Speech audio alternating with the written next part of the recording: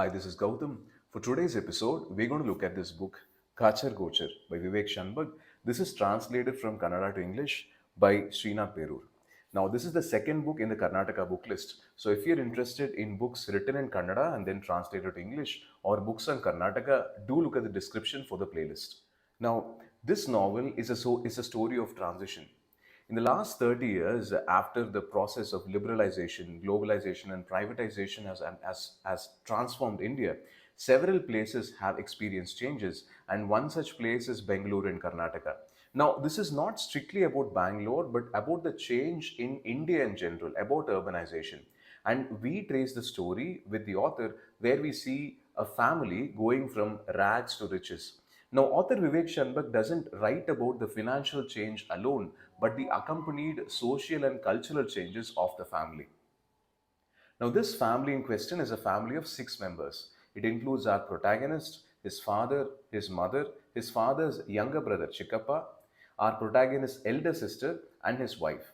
Now, during his childhood days, our protagonist with his family lives in a lower income neighborhood.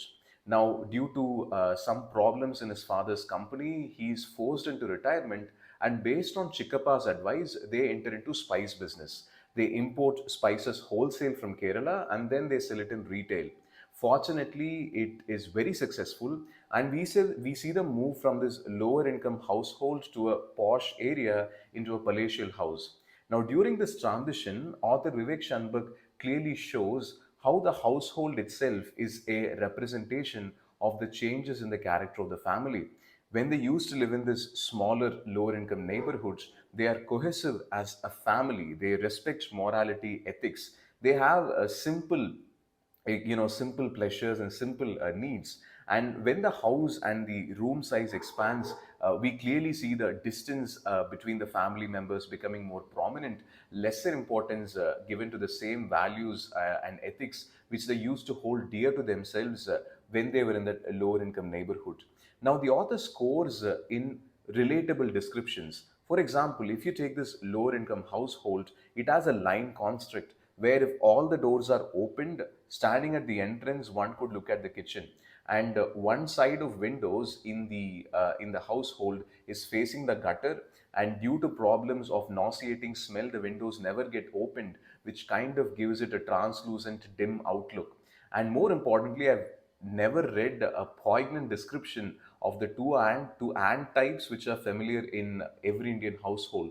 The agile, without any purpose in life, black one, and the very soft, very smart, slow red color one, which when looks at a small speck of food, pounces on them with his entire army, just like parasites do.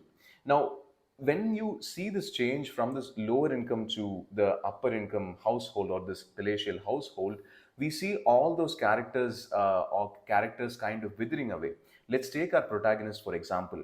Now, when he is in childhood, he dreams that when he gets his first salary as a grown man, using that salary, he will purchase a sari for his mother. Now, this is pretty much the dream of every Indian boy. Now, as time progresses, we see that the family's fortunes have changed.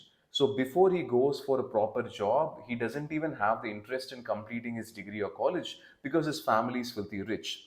And when his wife questions him in future, how could you live off your Chikkappa's business? You really don't have any skills or work. He doesn't even have the morality or courage to put forth his arguments properly.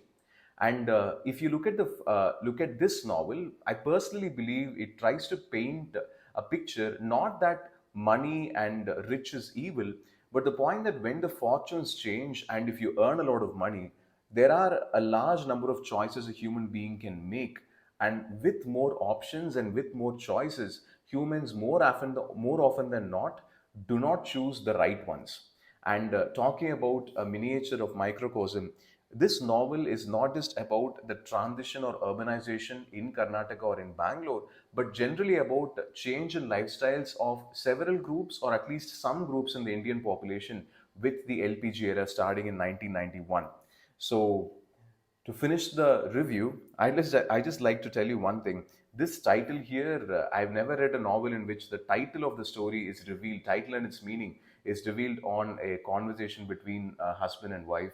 And I'm not going to reveal the meaning by any chance. So that's the end of the review. Meet you in the next episode pretty soon. Bye for now.